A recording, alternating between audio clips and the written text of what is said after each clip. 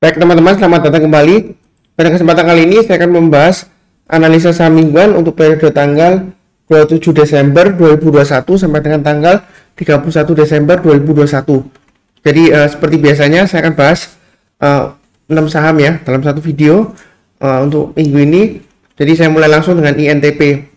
INTP sebenarnya kalau kita perhatikan ya, dia sedang berusaha untuk berjuang lagi naik ke atas 11.900 ya. Jadi sekarang dia di area untuk weekly-nya ya, untuk mingguannya di supportnya di 11.100, resistennya di 11.900 ya. Jadi ini saya gambarkan berdasarkan saya tarik garis ini ya, garis lurus dari swing low sebelumnya di sini ya. Ini resistennya, kemudian untuk supportnya kurang lebih saya tarik garis sekitar area ini ya. Di sini ada swing high-nya, terus ini ada swing high double di sini ya, ini ada swing low-nya. Jadi saya kurang lebih saya tarik garis sekitar 11.100-an ya. Jadi intinya selama di atas 11.100 sebenarnya untuk INTP kedepannya masih peluang untuk breakout ke atas 11.900 ya, dengan resisten berikutnya di 12.650 dan 13.800. Mau buy sekarang boleh, silakan. Nanti kalau dia berhasil naik lagi ke atas 11.900 boleh tambah lagi ya, target berikutnya di 12.650. Jadi untuk grafik mingguannya, kalau untuk dari daily-nya kita perhatikan ya, memang dia sekarang sedang testing 11.450 ya. Ini yang mana adalah Fibonacci retracement dari 61,8% ya. Jadi sebelumnya saya tarik Fibonacci retracement dari swing low di sini dan swing high-nya Fibonacci retracement 61,8%, kurang lebih di area 11.450 ya. Jadi yang sudah punya boleh pasang stop loss-nya di 11.450 dan 11.100 ya. Kalau mau buy sekarang boleh aja, tapi jangan terlalu banyak ya.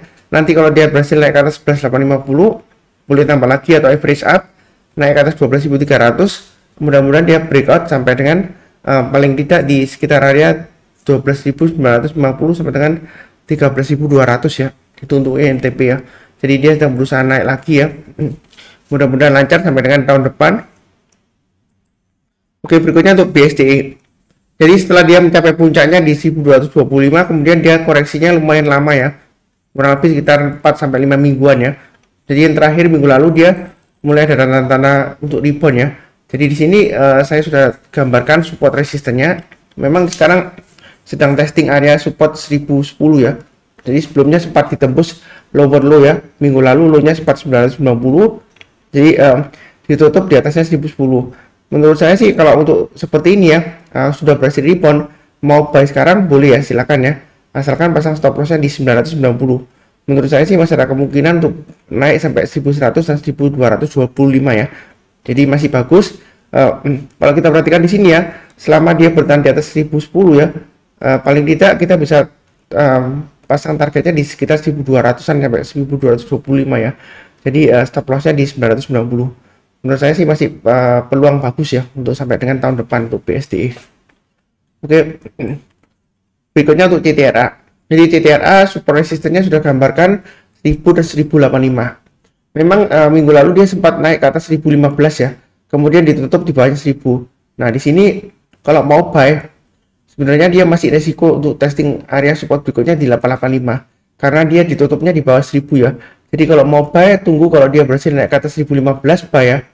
Target berikutnya di 1085 dan 1200-an ya. Kurang lebih seperti itu untuk CTRA. Jadi sejauh ini dia masih koreksi.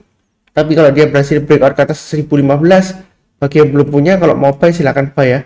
Target terdekatnya di 1085 dan 1200-an kurang lebih ya. Garis saya di 1210. Ya mudah-mudahan lancar kembali. Kalau buy memang jangan terlalu banyak dulu ya. Banyak bertahap aja karena ini arahnya masih ke bawah ya. Seperti itu ya. Jadi itu untuk weekly-nya, untuk daily-nya ini support resistennya sudah saya gambarkan. Memang area buy sudah saya sebutkan. Kalau dia sudah berhasil naik ke atas 1000 boleh buy ya, seperti itu ya. Nah ternyata setelah naik ke atas 1000 dia gagal lagi Pak Suntan ya, pasang aja stop lossnya di 980 dan 965. Jadi kalau dia naik lagi breakout ke atas ini ya, high-nya kan 1015, naik ke atas 1015 boleh buy, naik ke atas 1030 tambah lagi, naik ke atas 1060 boleh tambah lagi ya. Jadi belinya bertahap aja, mudah-mudahan dia sampai breakout ke atas 1110 ya, dengan target terdekatnya di 1190-an sampai 1200 lah ya kurang lebih areanya. Nah, perlu diingat ini masih cenderung arahnya masih cenderung downtrend ke bawah ya. Jadi jangan terlalu banyak, belinya bertahap aja. Jadi kita belinya pakai sistem average up ya. Kalau dia berhasil naik, kita tambah lagi. Kalau dia nggak berhasil naik, ya pasang aja trailing stop atau stop loss ya, seperti itu ya. Kurang lebih cukup untuk CTRA. Berikutnya untuk JRPT. Jadi JRPT ini memang sideways-nya lumayan lama ya. Dia cenderung area support resistennya sudah saya gambarkan 474 dan 515. Jadi memang emiten properti ini nggak sebagus yang lainnya ya, maksudnya transaksinya dia nggak seliquid yang lainnya seperti CTRA atau BSDE ya, begitu. Tapi menurut saya sih selama di atas 474 sebenarnya untuk JRPT ini masih ada potensial untuk breakout ke atas 515 ya.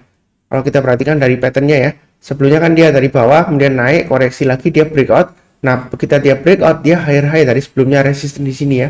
Jadi kalau dia breakout lagi, ada kemungkinan dia akan berusaha untuk breakout ke atas 515 dengan target berikutnya di 565 ya. Begitu ya. Ya mudah-mudahan aja dia bisa rally sampai dengan awal tahun depan ya, sampai 600-an ya. Jadi sejauh ini sih kalau mau buy silakan pasang aja stop lossnya. Kalau kita perhatikan low-nya di sini 480 ya. Jadi pasang aja di 480 dan 474. Nanti kalau untuk super resistennya sudah saya gambarkan untuk weekly-nya. Kemudian untuk daily-nya di sini memang seringkali dia membentuk ekor panjang seperti ini ya. Jadi seringkali turun kemudian dia naik lagi. Nah ini kalau dia berhasil naik ke atas 496, mau buy up atau buy high sell higher atau tambah lagi silakan ya. Target berikutnya kurang lebih sekitar area 500, di sini 510 ya kurang lebih ya. Kalau dari saya di 515. 510 ini dia di area Fibonacci retracement-nya sekitar 50% ya. Jadi kalau saya sebelumnya saya tarik dari swing low di sini dan swing high-nya Fibonacci 61,8% itu di 485 ya. Jadi selama di atas 484 ya, ini garis saya di 484 ya, dia masih cukup bagus ya. Kalau nggak mau buy sekarang, kalau mau buy on weakness ya tunggu aja di area 484 ya. Jadi kalau dia koreksi berhasil rebound ke atas 484 silakan buy ya. Naik lagi ke atas 496 boleh tambah lagi atau average up. Target berikutnya ada sekitar 510-an ya. Memang di sini hanya di 505 ya untuk checkpointnya. Seperti itu ya. Kurang lebih cukup ya. Memang likuiditasnya masih kurang ya. Jadi jangan terlalu agresif, belinya bertahap aja kalau berminat ya. Oke, berikutnya untuk DMMX. Jadi untuk DMMX ini kalau dilihat dari weekly-nya dia masih sideways di area 2190 dan 3460 ya. Jadi menurut saya sih selama dia bertahan di atas 2190 sebenarnya dia masih ada peluang untuk breakout ke atas 3460 ya.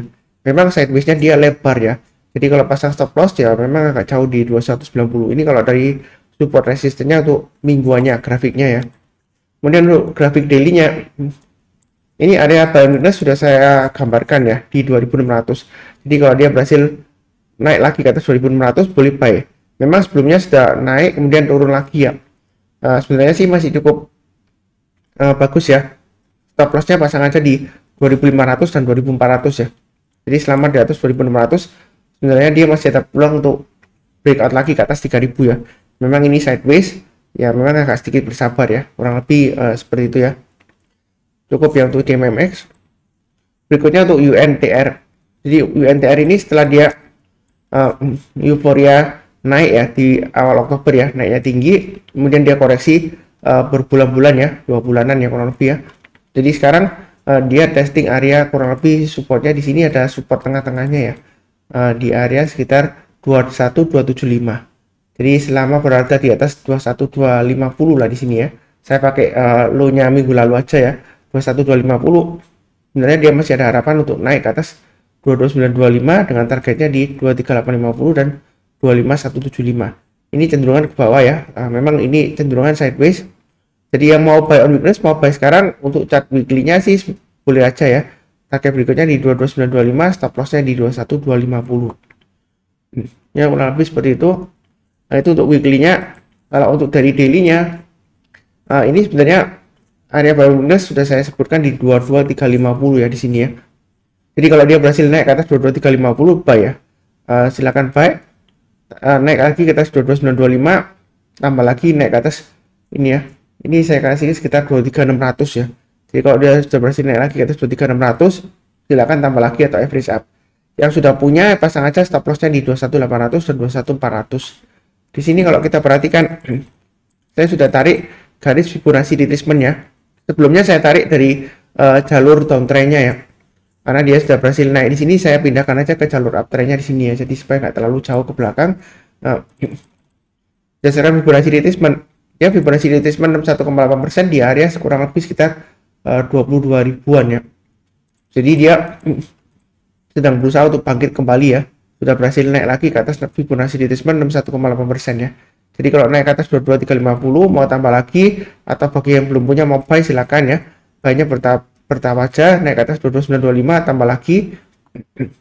Kalau berhasil breakout ke atas 23600 boleh tambah lagi. Target price berikutnya di sekitar area 24175 dan 25300 kurang lebih ya. Ini sekitar area Fibonacci retracement 23,6%-nya ya. Jadi intinya di sini ikutin aja garis-garis yang sudah saya berikan. Jadi kalau dia berhasil naik lagi, tambah lagi, naik lagi, tambah lagi ya, seperti itu. Kalau misalnya dalam perjalanan dia gagal, ya jangan lupa pasang trailing stop dan stop loss ya. Jadi garis merah ini fungsinya juga untuk pemasangan trailing stop dan stop loss. Kalau misalnya dia sudah berhasil naik, kemudian dia gagal turun lagi ya, silakan pasang trailing stop dan stop lossnya seperti itu ya. Jadi kurang lebih cukup ya pembahasan kali ini. Sudah saya bahas 6 saham untuk analisa saham mingguan. Jangan lupa cek video yang lainnya ya. Playlistnya untuk analisa saham minggu ini ada di video deskripsi di bawah ini. Kemudian seperti biasanya, yang barusan join jangan lupa subscribe, kemudian nyalakan lonceng notifikasinya, bantu like ya, dan juga bantu kasih komentar atau saran atau pertanyaannya seperti itu ya. Kurang lebih cukup ya untuk analisa saham minggu ini. Dan seperti biasanya saya doakan selalu semuanya selalu sehat, damai dan sejahtera selalu. Amin. Terima kasih banyak.